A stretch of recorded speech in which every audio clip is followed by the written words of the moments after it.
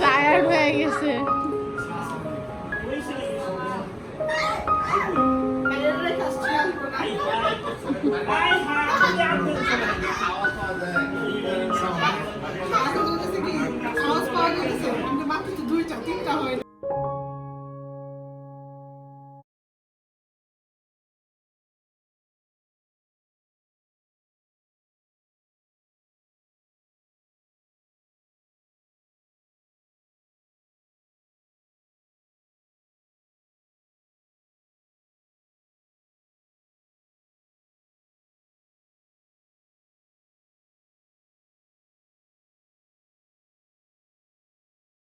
আসসালামু আলাইকুম viewers, welcome back to my another blog. সবাই নিশ্চয়ই আল্লাহর মতো অনেক অনেক ভালো আছেন। আলহামদুলিল্লাহ আমরাও খুব ভালো আছি।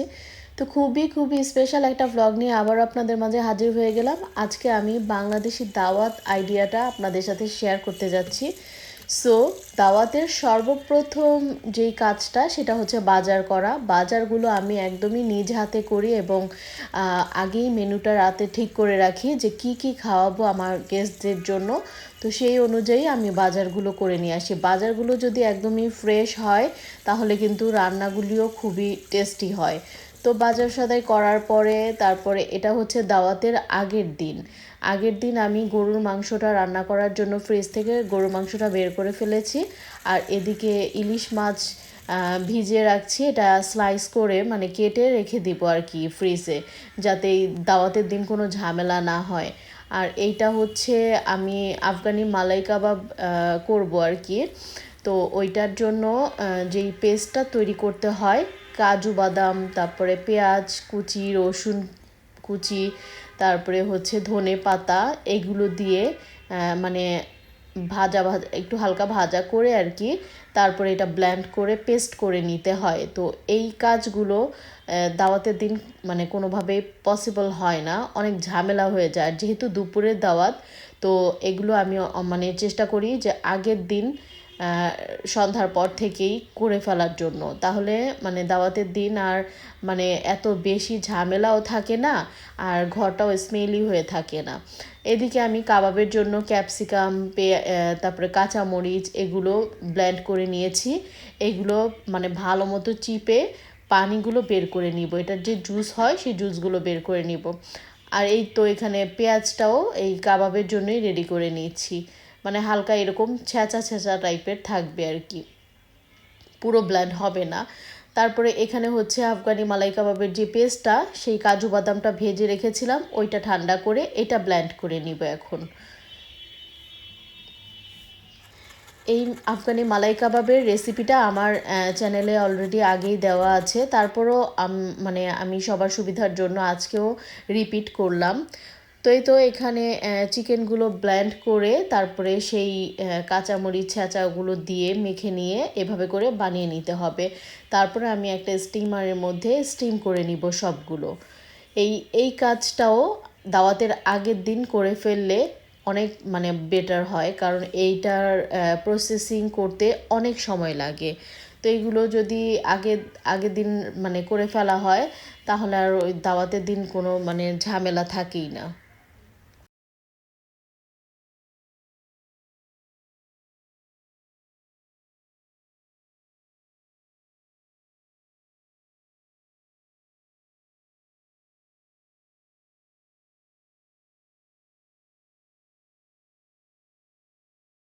তো এই তো এইভাবে আমি সবগুলো কাবাব স্টিম করে রেখে দিচ্ছি, একটু পরে আর কি রান্না করব। আপনারা চাইলে যদি মানে অনেক বেশি ঝামেলা না থাকে দাওয়াতের দিন রান্নার, তাহলে মানে স্টিম করে রেখে দিতে পারেন, পরের দিনও রান্না করতে পারেন। কিন্তু আমার মানে অনেক আইটেম ছিল যেহেতু, এজন্য আমি এটা মানে রেডি করে ফেলেছি। তো এই তো একটা ফ্রাইং প্যানের মধ্যে 200 গ্রামের মতো বাটার নিয়ে নিব। এটা যত বেশি বাটার হবে তত বেশি মজা হবে। তো এই তো বাটারটা মেল্ট হওয়ার পরে তারপরে আমি পেস্টটা দিয়ে দিব। পেস্টটা দিয়ে ভালো মতো করে নেড়ে চেড়ে তারপরে এটার মধ্যে আমি ঘন দুধ দিয়ে দিব। এটা কার্নেশন মিল্কও দেওয়া যায়। মানে যত ঘনত্ব হবে দুধটার মধ্যে তত বেশি টেস্টি হবে। তো এই তো এটা ভালো করে এখন আমি ভালো মতো একটু কষিয়ে নিব।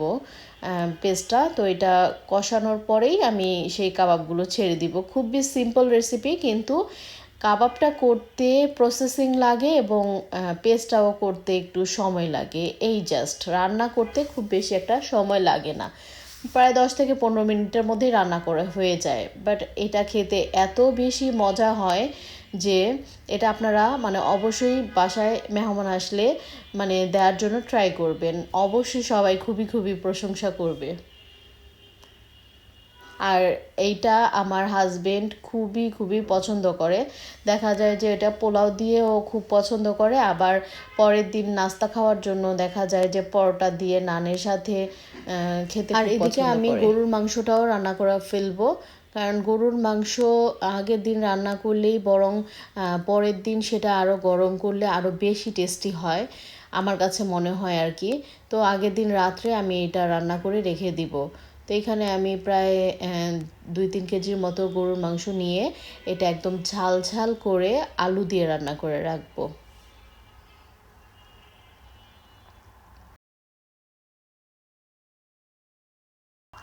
এদিকে আমি শামি কাবাব করব ভাবছিলাম।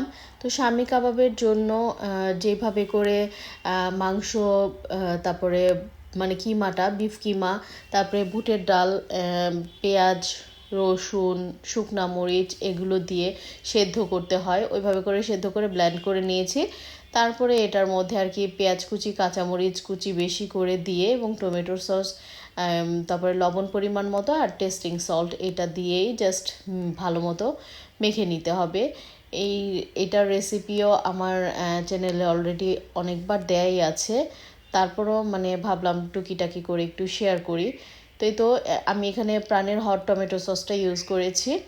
আর এই তো কিশমিশটা আমার কাছে খুবই ভালো লাগে শামি কাবাবে, আর শামি কাবাবে দিতেও হয় কিশমিশটা, এই জন্য আমি কিশমিশটা মানে স্কিপ করিনি। আপনারা অবশ্যই এটা দিয়ে নেবেন, তাহলে একদম ঝাল মিষ্টি একটা কাবাবের মতো হয় না, ওই রকম লাগে আর কি। তো এই তো এটাকে আমি ভালো মতো করে মিক্সড করে নিয়ে নিব।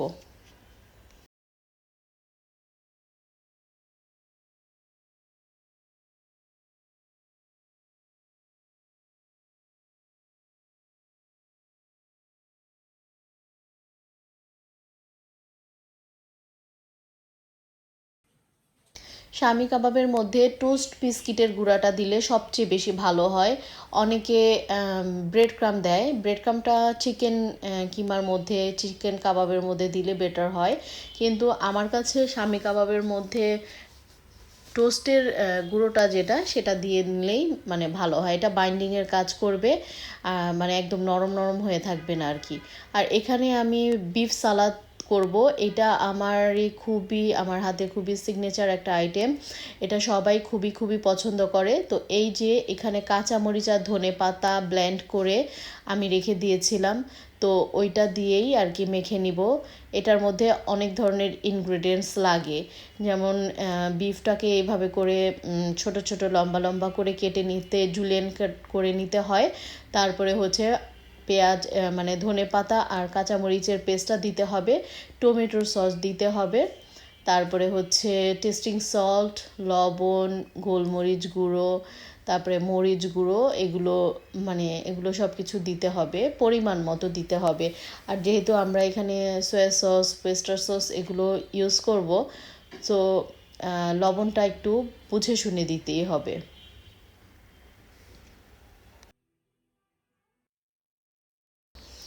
আর এটা সর্ষের তেল দিয়ে মাখিয়ে রাখলে এটা খুবই খুবই ফ্লেভারফুল হয়। মানে আগে ভাগে এটা আপনারা অবশ্যই মানে 2-3 দিন আগে, দাওয়াতে 2-3 দিন আগে এটা রেডি করে এইভাবে ম্যারিনেশন করে রেখে দিবেন, তাহলে এটা আরও বেশি মজা হয়। সাথে সাথে করার চেয়ে ম্যারিনেশন করে রাখলে সেটা মানে অনেক বেশি টেস্টি হয়। তো এগুলো আর কি ভালো মতো আমি একদম মেখে তারপরে একটা বক্সে ভরে রেখে দিব, যেন মানে দাওয়াতের দিন জাস্ট মানে ভেজে নিলেই হয়।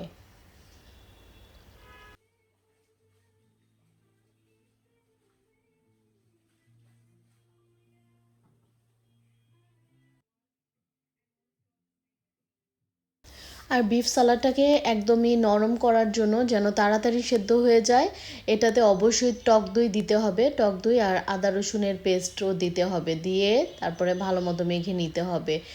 তাহলে আর কি এটা মানে সেদ্ধ করার পরে মানে খুবই সফট হয়ে যাবে, খেতে খুবই ভালো লাগবে আর কি।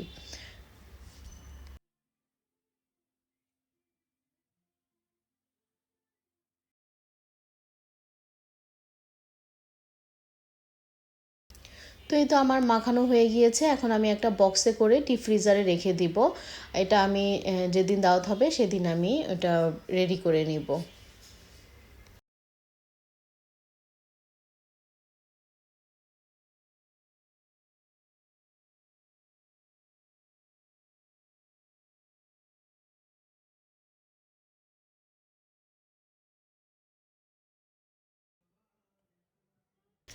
এখন আমি চিকেন সাসলিকের জন্য কিউব কিউব করে চিকেন কেটে রেখেছিলাম, সেগুলো ভালো মতো ধুয়ে পরিষ্কার করে তারপরে এটা ম্যারিনেশন করেও রেখে দিব। এখানে আমি ওয়েস্টার সস, টমেটোর sauce, soya sauce, testing salt, গোলমরিচ গুঁড়ো এবং পরিমাণ মতো লবণ, এগুলো আমি সব কিছু দিয়ে নিব। এইগুলো এই রেসিপিটাও আমার চ্যানেলে অলরেডি দেই আছে, তারপরও আমি আপনাদের সুবিধার জন্য দেখিয়ে দিচ্ছি। চিকেন সাসলিকটা আগে ভাগে মানে ম্যারিনেশন করে রাখলে অনেক বেটার হয়। সব কিছুই যে কোনো খাবারই মানে আপনি 1-2 দিন আগে একটু ম্যারিনেশন করে রেখে ফ্রিজে রেখে দিলে তো সেটা কিন্তু যেদিন আপনি রান্না করবেন তাহলে এই মাংসের ভিতরে যেই মশলাগুলো সব কিছু খুব ভালো মতো মিক্সিং হয়ে যাবে, তো সেটা খেতে খুবই মজা হয় আর কি। তো এইভাবে করে ট্রাই করে নেবেন। তো আমি এখানে মরিচ গুঁড়ো দিয়ে দিয়েছি, আদা রসুন বাটা দিয়ে দিয়েছি, ওয়েস্টার সস তো অবশ্যই দিতে হবে সাসলিকের মধ্যে। তো এগুলো দিয়ে মেখে তারপরে রেখে দিব। চিকেন সাসলিকটা সবাই এত বেশি প্রশংসা করেছিল যে মানে সবাই খুবই পছন্দ করেছে, বাচ্চা থেকে বড়রা সবাই খুব পছন্দ করেই খেয়েছিল।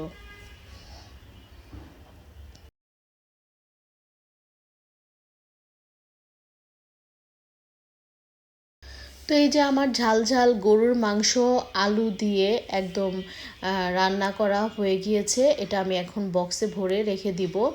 আর আমি বিফ বিরিয়ানির মাংস ঠিক একইভাবেই রেখে দিয়েছি, ওইটার ভিডিওটা করা হয়নি। আর এই তো লামিয়াকে কাবাবগুলো যে মাখিয়ে রেখেছিলাম সেই মানে কাবাবের কিমাটা কাবাবগুলো বানাতে বললাম, যেহেতু আমি কিচেনে অনেক বেশি বিজি ছিলাম। তো পরে লামিয়া আবার এগুলো বসে বসে বানিয়ে নিল। আর এদিকে আমি লাউ পাতার ভর্তা করব। লাউ পাতা, তারপরে পেঁয়াজ কুচি, রসুন আর বেশি করে কাঁচামরিচ আর শীতল চাপা যেটা পুয়ার চাপা সেইটা দিয়ে একসাথে করে মানে হালকা করে ভেজে নিচ্ছি। এটা ভেজে তারপরে আমি এটা ব্লেন্ডারে করে নিব। এটা ব্লেন্ডারে করলে একদম মিহি পেস্ট হয়ে যায় আর খেতে একদম অনেক অনেক মজা লাগে। তো ভর্তাগুলো অবশ্যই আগে ভাগে করে রাখতে হবে। আর এখানে আমি বিফ চাপ রান্না করছি, ওইটার টক দইটা দিয়ে দিচ্ছি। আর এখানে বিফ সালাদের যেই মাংসটা ম্যারিনেশন করে রেখেছিলাম ওইটা সেদ্ধ করে রেখে দিচ্ছি। এটা সেদ্ধ করে জাস্ট নর্মাল ফ্রিজে রেখে দিব, পরের দিন হালকা তেলে একটু সটে করে নিলেই হবে।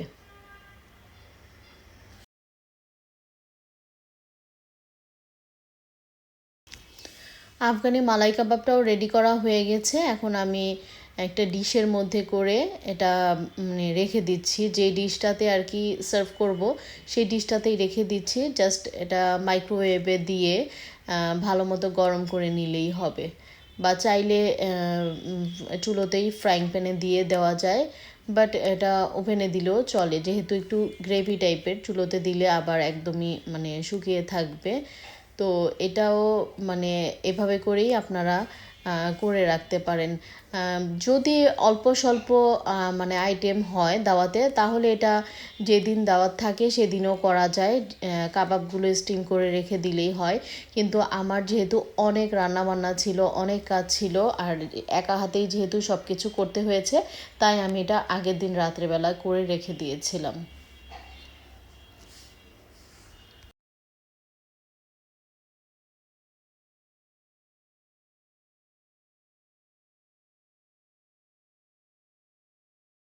তো এখানে আমন্ড স্লাইসটা দিয়ে জাস্ট গার্নিশিং করে রেখে দিব, যখন মানে ওভেনে গরম করব তারপরে বেরেস্তা দিব। এখন বেরেস্তা দিলে সেটা মানে আর ভালো দেখা যাবে না আর কি। তো আর এখানে আমি চিকেন রোস্টটাও রেডি করে নিচ্ছি। চিকেন রোস্টের রেসিপি আমার চ্যানেলে অসংখ্যবার দেয়া আছে, তাই এটার আমি আর মানে রিপিট করলাম না, জাস্ট আপনাদের সাথে জাস্ট এই ক্লিপটাই নিলাম। তো এটাও রান্না করা হয়ে গেছে। তো এই তো আমার রান্না বান্না মোটামুটি কিছু কিছু রান্না করা কমপ্লিট হয়ে গেছে। এখন আমি ঘর সাজানো, যেটা মানে টেবিল ডেকোরেশনের কাজগুলো করে ফেলবো। তো এই ফ্লাওয়ারটা দিয়ে আমি আজকের টেবিলটা ডেকোরেশন করছি। ঘর বাড়ি সাজানো গোছানোর কাজটাও দাওয়াতের আগের দিন রাত্রেবেলা 11টা 12টা যতটা বাজুক মানে রাত্রেবেলায় আমি কমপ্লিট করে ফেলি। ডিশগুলো জাস্ট রেখে দিলাম, এগুলো যখন গেস্টরা আসবে তার আগে এগুলো আবার ওয়াশ করে তারপরে টিস্যু দিয়ে মানে ভালো মতো ড্রাই করে তারপরে আর কি রেখে দিব। এখন জাস্ট সেট আপ করে রাখছি, যে মানে আমার যা যা ডিশ লাগবে সেগুলো আমি বের করে সেট আপ করে রাখছি।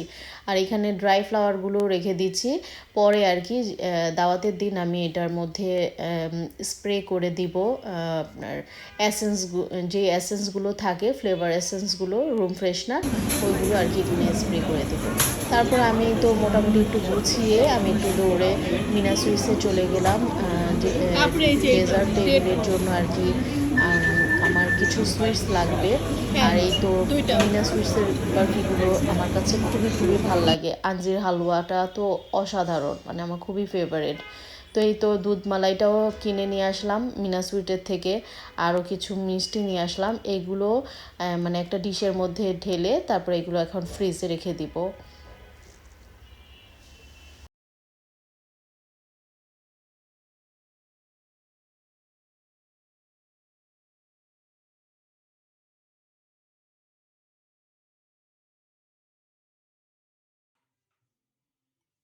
এখানে আমি দাওয়াতের ডেজার্ট টেবিলে দেওয়ার জন্য ফিরনি রান্না করে নিয়েছি। সেই ফিরনিটাও ডিশে সার্ভ করে তারপরে বাদাম দিয়ে গার্নিশিং করে রেখে দিচ্ছি। এই কাজটা দাওয়াতের দিন সকালে করলেও হয় বা দুপুরে করলেও হয়, বাট আমি রাত্রেবেলা করে মানে রেখে দিচ্ছি, জাস্ট মানে ডিশে করে সাজিয়ে গুছিয়ে ফ্রিজে রেখে দিব। তো এটা হচ্ছে দাওয়াতের দিন সকালবেলা ঘুম থেকে উঠে ব্রেকফাস্টের পরেই মানে কাজগুলো গুছিয়ে নিলাম। ইলিশ মাছটা বের করে এটা মেখে রেখে দিব, যখন মানে গেস্ট আসবে তখন আর কি ভেজে নিব। তো এজন্য মশলাটা আগে ভাগেই মেখে রাখছি। আর এখানে আমি একটু খিচুড়িও করছি পোলাওর সাথে, তো খিচুড়িটা রেডি করে ফেলছি।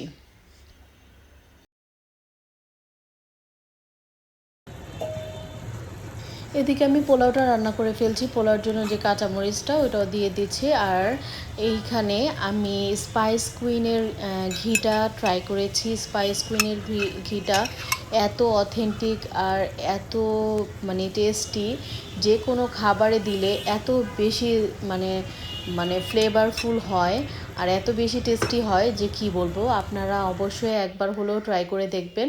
স্পাইস কুইনের লিঙ্কটা আমি ডেসক্রিপশন বক্সে দিয়ে রাখবো। তো এই তো এখন আমি চিংড়ি মাছগুলো ক্লিন করে প্রসেসিং করে ধুয়ে তারপর মশলা মাখিয়ে রাখবো। এটা আমি দাওয়াতের দিন সকালেই মানে রেডি করে রাখছি। চিংড়ি মাছগুলো মানে গলদা চিংড়ি নিয়েছি এখানে, এগুলো নিয়ে তারপরে কাটার প্রসেসটা আমি আপনাদেরকে দেখিয়ে দিচ্ছি।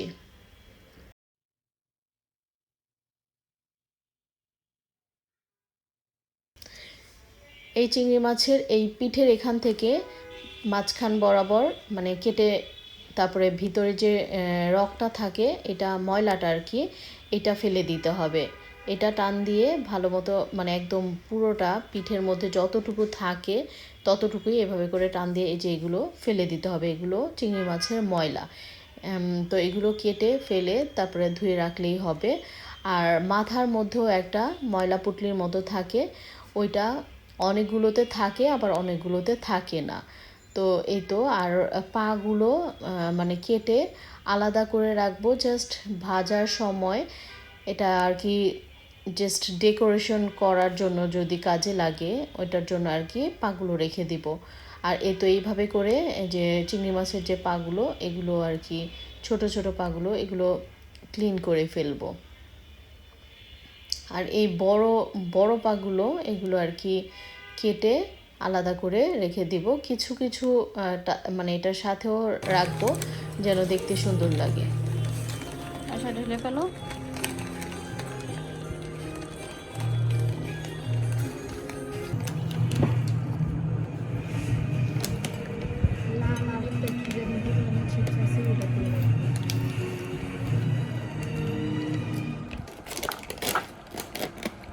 আমিরা কি খাচ্ছে? চিপস।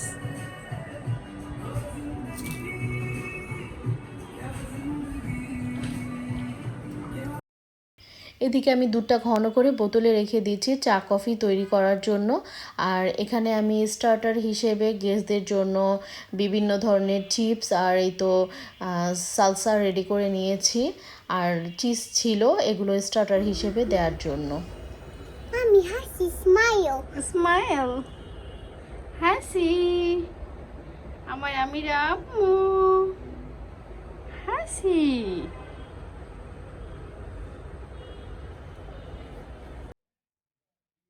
আমার গেস্টরা ডেজার্ট খুবই পছন্দ করে, তাই আমি অল্প স্বল্প করেই বিভিন্ন ধরনের ডেজার্ট রাখা ট্রাই করেছি, যে যেটা পছন্দ করে খায়।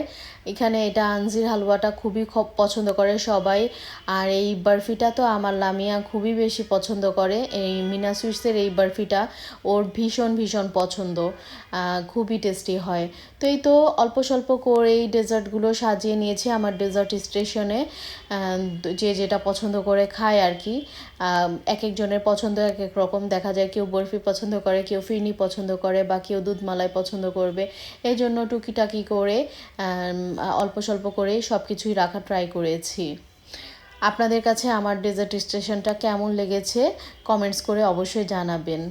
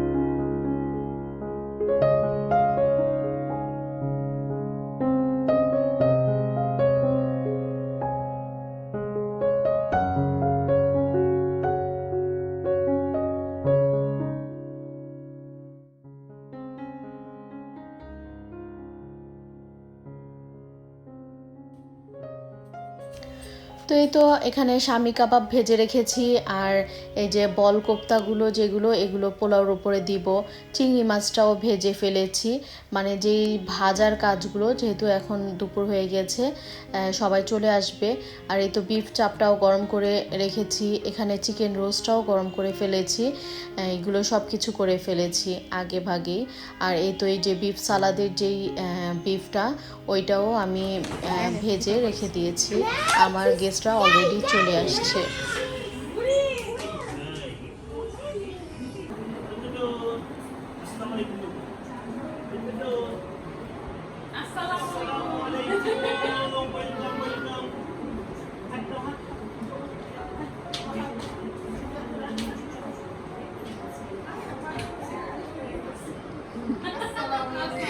টায়ার্ড হয়ে গেছে।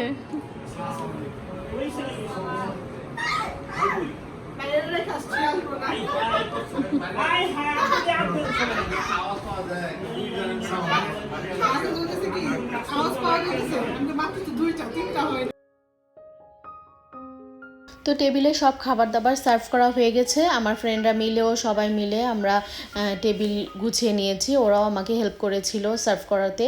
তো এই তো সব কিছু মিলিয়ে আলহামদুলিল্লাহ খুবই সুন্দর একটা দিন কেটেছে। সবাই খাবারগুলো খুবই পছন্দ করেছে।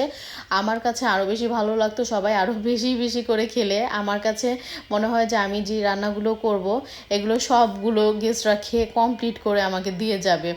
তো এই তো আরিশার জন্য, আরিশার বার্থডে ছিল কয়েকদিন আগে, তো আমি কোনো কেক আনিনি। আমি ইদানিং কেকটা অ্যাভয়েড করার ট্রাই করি। তো তারপরও মিশু ওর জন্য বার্থডে কেক নিয়ে আসলো। তো সবাই মিলে বাচ্চারা খুবই আনন্দ করে কেক কাটাকাটি করে, কেকটা খুবই টেস্টি ছিল আর কি।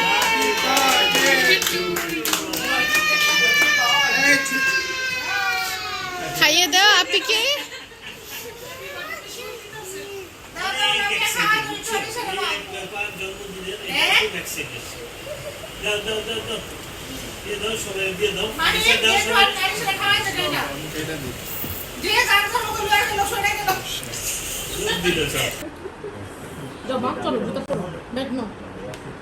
আসো, আল্লাহ হাফেজ বাবা, তুমি যাও আমাদের বাসায়, আমরাও যাই না আমাদের বাসায়। হ্যাঁ আল্লাহ হাফেজ, আমাদের বাসায় যাই না, যাও। হ্যাঁ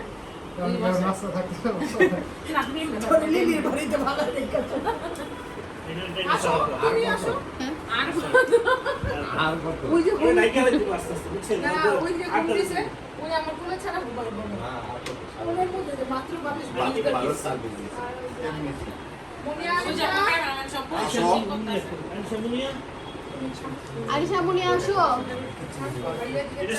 আপনি আসেন। একজন কাছে লেগে মনে থাকে না। এই কক্সবাজারের ইয়ার ভিডিও দেখছেন, প্যালেসের গুলো দেখছেন না? হ্যাঁ, এগুলো মেমোরি থাকে আর কি। অনেক সুন্দর হয়েছে, পছন্দ করছে যে আমার নাহিনী। তাই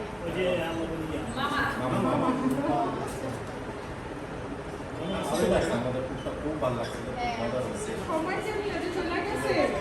দুই দিন ছিলাম না, বুঝাই যায়নি মনে হয় দুদিন তো দেখতে দেখতে চলে যায়। ছবি তুলতে তুলতে গল্প করার টাইম শেষ। Wise wise bye bye. কষ্ট করলাম অনেক।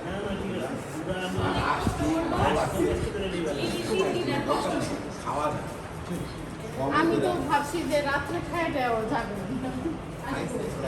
কোন দিবা গান্ধী তুমি আর আমি একটা দাও আমরা তো নিজস্ব মানুষ, এত দূর আছে, এত দূর কেন? হ্যাঁ দিবা আবার তারপর হাঁসের মাংস করি নাই, খাসি গান করি নাই।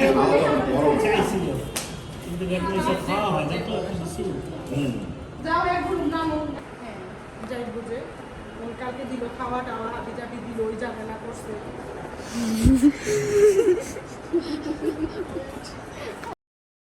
সো ভিউয়ার্স, আজকের দাওয়াত ব্লগটা এখানেই শেষ করতে যাচ্ছি। সবাই ভালো থাকবেন, সুস্থ থাকবেন। আল্লাহ হাফেজ, আসসালামু আলাইকুম।